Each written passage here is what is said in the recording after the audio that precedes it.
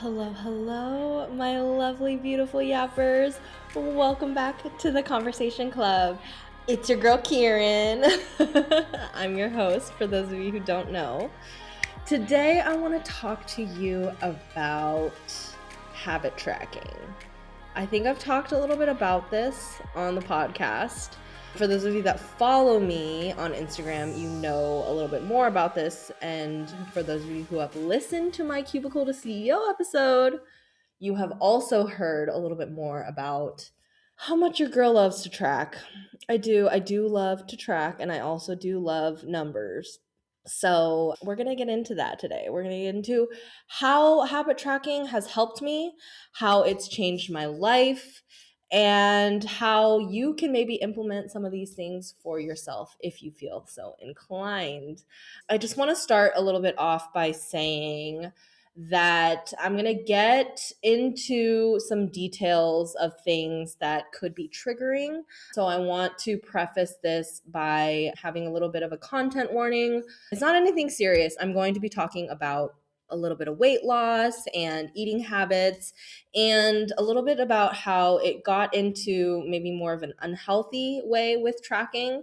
So I did want to preface this episode before we dive in. I don't talk about eating disorders or disordered eating very much, but I am going to talk about some subjects that might broach into that territory. So if you do not want to hear that, definitely check out some of the other episodes of the Conversation Club. And I wish you the best on your journey, because I know that it is not an easy one. But yeah, we're going to talk a little bit about that today. So with habit tracking, I have loved tracking my whole life. Okay. I have loved numbers. I've been obsessed with numbers and patterns and seeing year on year how the numbers have changed. And it gets me so excited. I love tracking, but mostly because I'm a control freak. I am obsessed with control.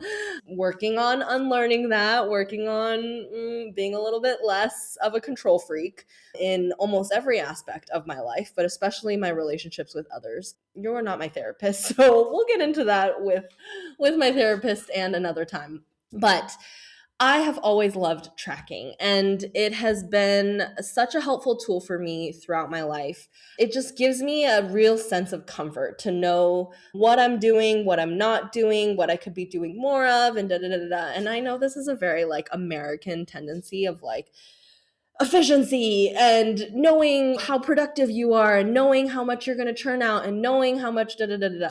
So I get that. I'm trying to unlearn the Americanness of it, and I'm also trying to release a little bit more of that control, because I know that that is a problem of mine. But if you have listened, and I know I've mentioned it so many times on this podcast, so you might as well just go fucking listen to it instead of being like, oh, she keeps talking about this episode. I'll link it in the show notes to make it easier for you to find. But the Cubicle to CEO episode that I did back in, I want to say May, I talk a little bit about time tracking and how I was able to decrease the number of hours I worked and increase my hourly rate, right? Earning more and working less. With my time tracking, I essentially every single week go in and I say, okay, how much have I worked this week? How much was it compared to last year? Was it less? Was it more? Did I make less? Did I make more? That kind of thing. You can check out my post on Instagram. I will also link it in the show notes of the back end of my time tracking and the document that I use to actually track everything. It's literally a Word doc. It's very, very simple. But that gives you a little bit of a taste into the level of intense that I can be when it comes to tracking. And we're going to get into some of the even more intense shit in just a second. But I just love it. I love knowing and being able to go back and say, okay, on this day, I for sure did this thing, right? On this day, I didn't do this thing, and et cetera, et cetera. So I love it. Back in 2020, when the pandemic started, your girl started to gain weight. Okay, so I think a lot of us had this problem. We were told to stay home. And honestly, it wasn't the start of the pandemic that really accelerated this process. Essentially, I broke up with my partner, I want to say it was 2021. I'm pretty sure it was 2021 that we broke up. Yeah. either it was February 2021 or 2022. I know when I start to go into years and stuff, people are just like, oh my God, like just get to the point. So I'm going to get to the point. But, those pandemic years are so blurry to me. But anyway, it was either 2021 or 2022 when we broke up. And then I started emotional eating. And that's when I started to like really gain weight. I think I gained like 50 pounds over the course of like a year or something like that. And so at the end of 2022, I was like, look, I don't feel good. I don't like this. I don't like to do this anymore. And so I started tracking my weight because I started to go on a deficit journey. I was trying to lose weight. Okay. I did kind of spin out with it. It got pretty unhealthy. I don't think I got to a disordered eating place, but I did get into like a disordered tracking place. I kind of spun out with it. It got pretty unhealthy. I stopped tracking my weight back in 2025, I believe, right before I moved to Lisbon. I just stopped tracking because it was getting really unhealthy. It was affecting my mental health. I was getting like so obsessed and ingrained in the numbers, and the constant noise in my head was just like the numbers and da da da da.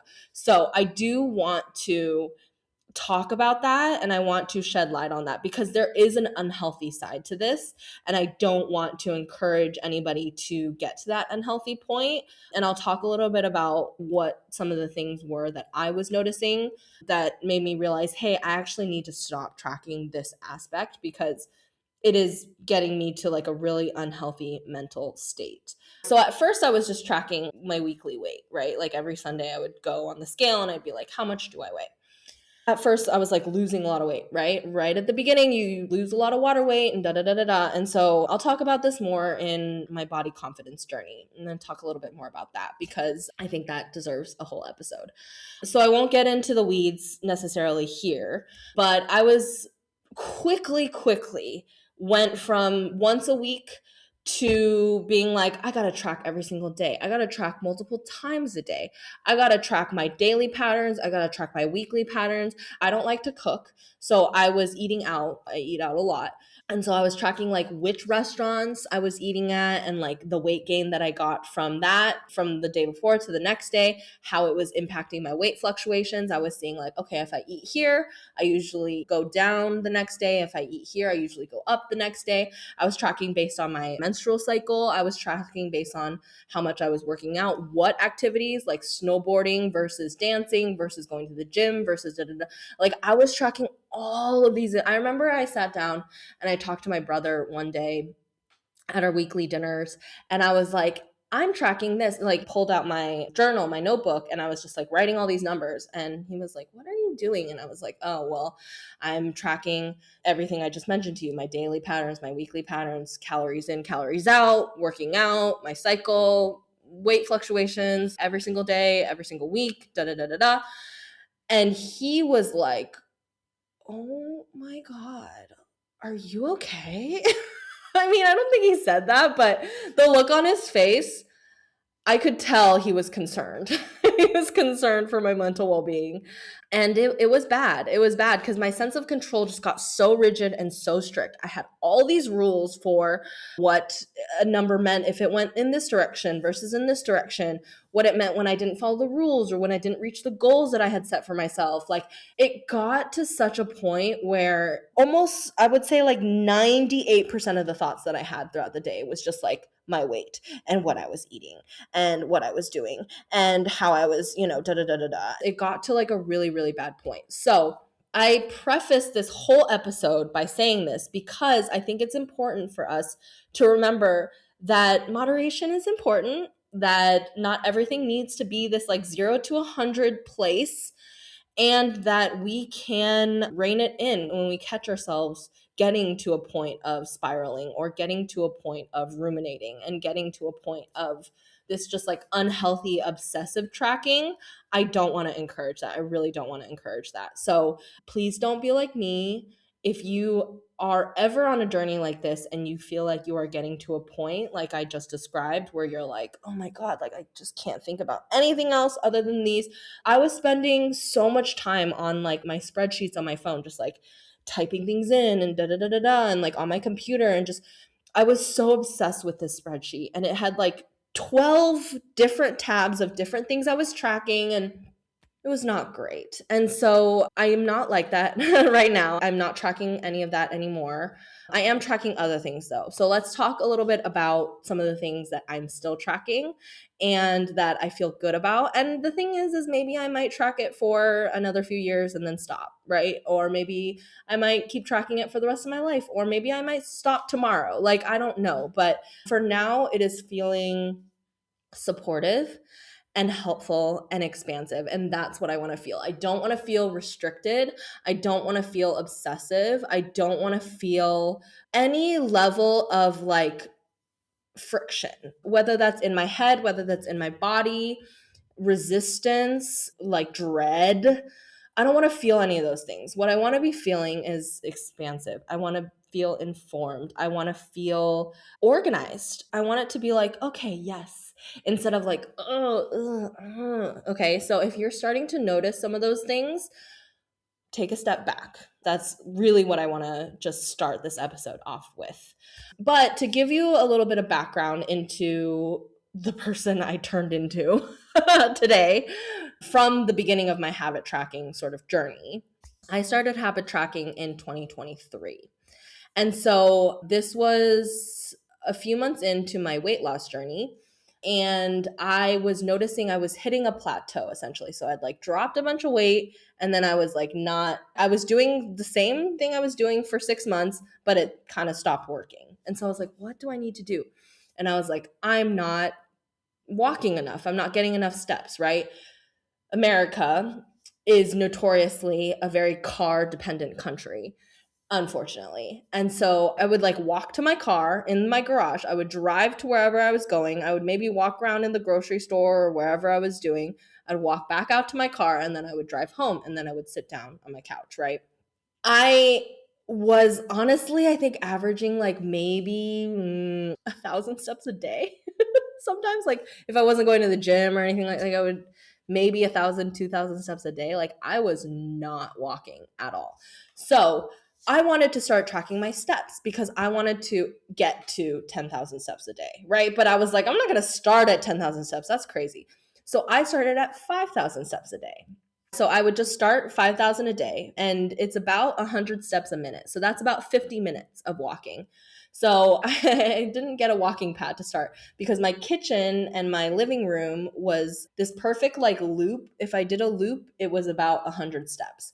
And so I would just do 500 loops every single day around my kitchen and my living room. And I would just put my TV, I would like angle my TV so I could just walk and do my 500 loops every single day. I started there, and then about 5 weeks later, I was like, 500 more steps is about 5 more minutes, right? I'm already doing 50 minutes. I could do 55 minutes. And so I would just increase 500 steps. Again, just 5 minutes every few weeks. And so like every 5 weeks or so, I would increase 500 steps. It was 5 to 10 weeks. So it wasn't like every 5 weeks. But anyway, once I felt like I was getting used to the 500 extra steps, I would add another 500 extra steps, and so on and so forth. And it took me about 2.5 years to get to 10,000 steps a day. Did it take me 2.5 years? I can't remember how long, but it definitely took me at least more than a year to get to 10,000 steps a day. And it felt really great. It felt really great knowing that I could track and I could slowly increase my steps. And this was more of the healthier side of my tracking. Is it helped build my confidence. It helped me realize that like I can set a goal, and sure, it'll take time, it'll take a year, it'll take a while, but I can get to that goal by being consistent, adding a little bit more on to what I was doing and being consistent about, getting that to a level of consistency, adding a little bit more on, getting that to a level of consistency, and so on and so forth. And that really showed me that I am capable of so much. I'm capable of setting my mind on a goal, achieving that goal with true and sustainable milestones and increments. Okay. Whatever that did to my brain chemistry, I think really actually changed my life, because it was just this like tangible evidence that I had, not only on a spreadsheet, but in my body and in my mind that I was capable of doing this. And that really started sparking a lot of things in my head about what I was capable and wasn't capable of doing. So I started there. But then I was like, I could be tracking other things, right? I need to be flossing every single day. I need to be putting sunscreen on every single day. I need to be drinking more water. I need to be doing my skincare. Like, I need to be doing a lot of these things every single day. And I was doing I wasn't flossing most of the time. I wasn't doing my skincare every single day. I definitely wasn't putting sunscreen on every single day. And so I was like, okay, why don't I start a checklist essentially every single day of, did I do this? Did I do that? Da da da da da. And so my basics ended up being flossing, floss, floss, floss. Because as my dental hygienist always says, bad flossing is better than no flossing, which you will hear a million more times me say on this podcast, because I have used that logic for everything in my life, because doing it poorly is better than not doing it at all for a lot of these like habits, for a lot of the things that we are trying to establish more consistency about, that we're trying to help with our overall well-being for, right? So flossing was number one on I need to do this every day. Skincare was also important because I was, maybe washing my face, but like sometimes I wasn't putting skincare on and refreshing my skin on my face for days at a time. I definitely wasn't applying sunscreen every single day, which is not good. We want to be doing that. I also was not drinking. I used to drink like a standard bottle of water, and I used to struggle finishing just a standard 250 mil, 70% of a liter. I don't know. I don't know what the numbers are, but I had a really hard time finishing just like a regular water bottle. And now I drink almost 2 liters of water a day at least. So we can get there. Anyway, so that was another one. Drinking enough water every single day, staying hydrated for skin purposes as well. I needed to be wearing my night guard every single night because your girl she has TMJ and she loves to grind her teeth. And if you'll ever notice, I don't have sharp canines because I've ground them down to be flat. And so I need to wear my night guard every single night. And then another one I added, which down the line, I didn't have it every single day. I think for the first year I didn't have it. I added it in year 2, which is putting cuticle oil on my nails, because my girl Tony, shout out to you, love you, she was seeing me come in with cracked nails and chipped nails and all that shit because your girl was not staying hydrated and she was not cuticle oiling. And so her nails would bend and snap and bend and snap. Not legally blonde bend and snap, but but yeah, anyway, so those were my basics. My basics: flossing, skincare, sunscreen, water, night guard, cuticle oil. Also my steps. Steps are very important. And so those were my basics, okay? Then I was like, what are some other things that I really would like to be doing more often, maybe every single day? And that was things like, for my well-being, journaling, meditating, going on artist dates. For those of you that have read The Artist Way, shout out to you. Oh, I feel like I should do The Artist Way again sometime soon. The last time I did it was 2021, so it's been a while. Artist dates, reading, which your girl is notoriously bad at. I was an overachiever in school. I was a special gifted kid and in the gifted program, and I read a lot as a kid, and I don't as an adult anymore. I most exclusively watch TV and movies because I didn't get to do that growing up. I only had reading as an escape, and now I'm like, I'm an adult. I get to do whatever I want. I'm not going to read anymore. So anyway, your girl's trying to read a little bit more. That's not going very well. Rituals and card pulls. So like pulling out my tarot cards with my crystals, doing my new moon rituals, my full moon rituals, that kind of thing. Learning something every day in a class, in a course, through a coaching program, on a regular street, learning something new from someone. Those were some of the things that I added in terms of habits that I wanted to track, because I wanted to journal more, I wanted to meditate more, I wanted to do more of that for my just overall well-being. I was basically aiming to hit my basic ones, right? My basic 8 every single day. And then if I got more in, if I got more journaling in, if I got more reading in, if I got an artist date in, that kind of thing, I was like, yes, I was really, really, really proud of myself. I still had I still have a pretty competitive nature about it. It's definitely calmed down a little bit from when I first started. When I first started, I was like, I want to see those numbers increase on a daily basis, on a weekly basis, on a monthly basis. They cannot go down, they must go up.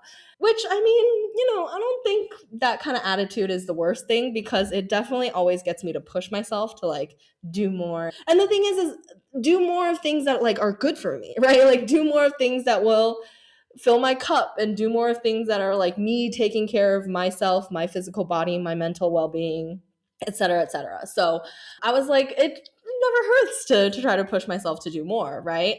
But I will say, when I started in 2023, my average in terms of habits was about 7 a day. In 2024, the next year, I had increased the average to about 9 to 10 a day versus the 7. So it was like all the basics plus a couple extra. And then in 2025, which was the year I moved countries, I have to remember that, the average did lower a little bit. I mean, it kind of expanded. So basically, the average in 2024, I was getting like 9 to 10 on average of those habits that I mentioned a day that I was checking off.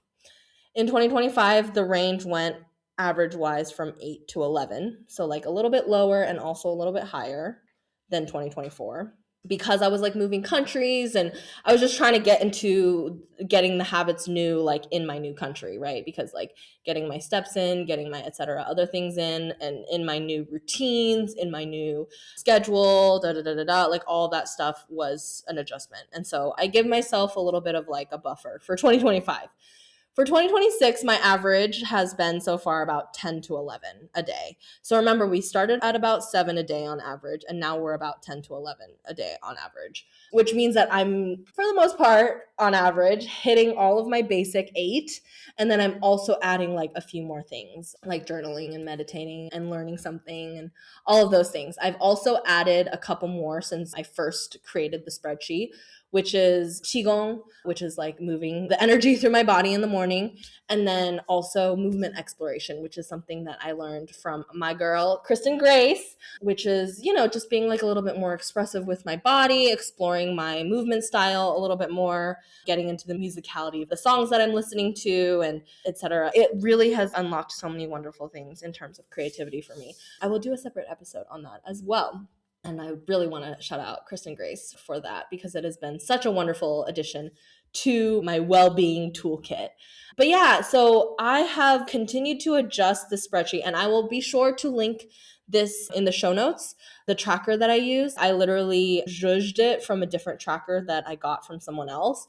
And I essentially like edited it to make it work for me, essentially. And I made a template for people, I want to say like 2025 or something. I can't remember when I made it, but I made it because people were asking me like, it seems like it's been so helpful for you. Can you please share it? And so I will happily share it with all of you. I'll link it in the show notes. But yeah, it's essentially this beautiful spreadsheet that I've put together, and you can like go in and you can edit all the habits that you're trying to track. And then it kind of tells you like your average for the month. It'll tell you how many you've done for the week, like da da da da. It's a really helpful sheet, and I love it so very much. It's helped me really understand the patterns in my life. Usually, like when my life is out of control, I am like, okay, I'm not meeting the basic 8, right? My flossing, my skincare, my drinking enough water, my steps. What are some of the other ones? I can't even remember. Oh, like flossing, night guard, cuticle oil. Yeah. So usually when my life starts to like feel like it's out of control, and I'm like, oh my God, I don't even know like what I'm doing every single day. Like I feel a little like chaotic and hectic energetically. I'm like, okay, let me go back and look at my habit tracker, because I think I haven't been meeting my basic 8 every single day. And I probably could use some of those bonus habits to like stabilize myself, right? Journal a little bit more, maybe meditate a little bit more, maybe do some more things that feel a little more grounding, right? Things that are going to help me feel like, okay, I need to up my my mental well-being. I need to up my physical well-being, right?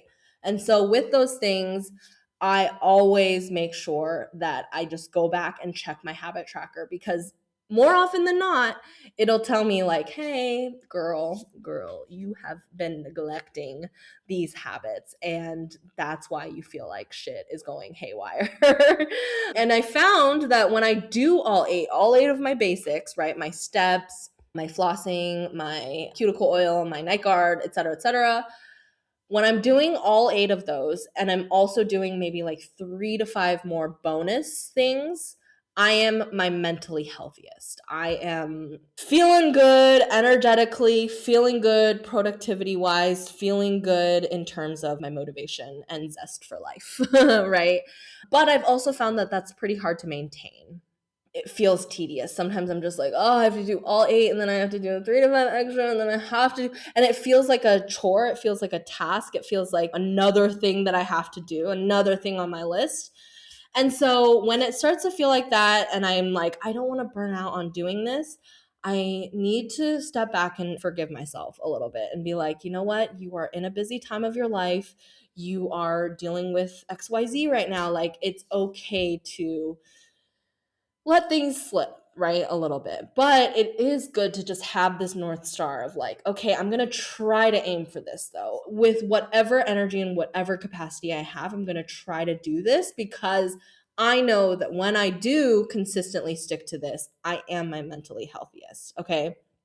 And it's also helped me as a girl who loves patterns and pattern recognition. It has also made me realize that like I can increase a little bit more of certain things if I want certain effects. So for example, if I want to tap into more creativity, if I want to feel like, okay, I'm not coming up with a lot of content ideas right now, I'm not really able to like be inspired by things, I tend to increase my artist dates, right? I tend to go out, start making things with my hands, start having experiences with my friends, cultural experiences, going to the museum or going to wherever. And like I start to do more artist dates to start tapping into more creativity, right? When I'm looking for a little more clarity, when I feel like my thoughts are just super jumbled and I don't really know like how I feel up and down, where things go. Like I'm feeling like, oh my God, there's just like too much swirling in my brain. I need more clarity. And when I need more clarity, I increase my journaling, right? I start to try to journal every single day, which I used to do. I used to be so good about. And now I'm just like, sometimes there are bouts where I just like journal twice a month, or I journal once a month, or some months I don't journal at all. Actually, are there months where I don't journal at all? Not as much anymore, but there are definitely weeks where I don't journal at all. And so if I'm like, oh my gosh, there's like so much jumbled up in my head, I like to get it out and I get it on paper, right? So I increase my journaling a little bit more. Or if I'm like, oh, my energy is like so frenetic, my nervous system is just feels very unregulated, I will increase my meditation. I will look for more of those like meditative practices, spaces, things that can help me get a little bit more grounded and regulate my nervous system a little bit more. If I'm getting like more headaches, if I'm like, oh, I feel like so like, and energy low and my headaches are coming back, and then I'm like, okay, your girl's not drinking enough water, she's got to increase her water, right? So now that I have like years worth of tracking to look back on, I can say, okay, when I'm feeling this way, I need to be doing more of this, right? And that really helps me just start to like calibrate. And the thing is all this stuff, like technically you don't need a tracker to know that about yourself, right? You don't need years worth of pattern recognition to know that about yourself. But I think for me, it's just really nice to be able to go back and say, okay, the last time I did this was on this day. I haven't journaled in X amount of time. I haven't meditated since February. I haven't gone on an artist date since March, right?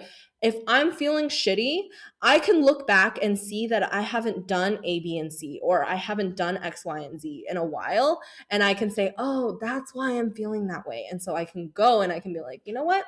For the next week, I'm going to try to do a little bit more of A or do a little bit more of B, right? And that can help me get to equilibrium a little bit easier, right? It's also really nice accountability to myself. You know me, I mean, all my like type A girlies out there, we love a to-do list. We love crossing things off. Like, you know that feeling you get when you like cross something off? It's like an orgasm. Like it feels so good. Checking something off on a checkbox, I'm just like, hell yeah. It like feels so good. It's such a nice dopamine hit, right? And so that good feeling arguably could be unhealthy, chasing dopamine hits and chasing addiction and all of that. But to me, I'm like, it just helps me feel good, right? It helps me know I got it done. It keeps me accountable to myself. And it's me committing to myself that I'm going to stay consistent, that I'm going to continue to ground myself, regulate myself, look for more clarity, look for more creativity, look for more regulation when it comes to my nervous system, when it comes to my body, that kind of thing. And it also really helps me to see like month to month what's going on, right? Sure, in October, I had food poisoning, so I was a little bit less active when it comes to my steps. Or when I was going through like my burglary or whatever it is, like I wasn't able to go out and be more creative and tap into that a little bit more. Like I was a little bit avoidant around that.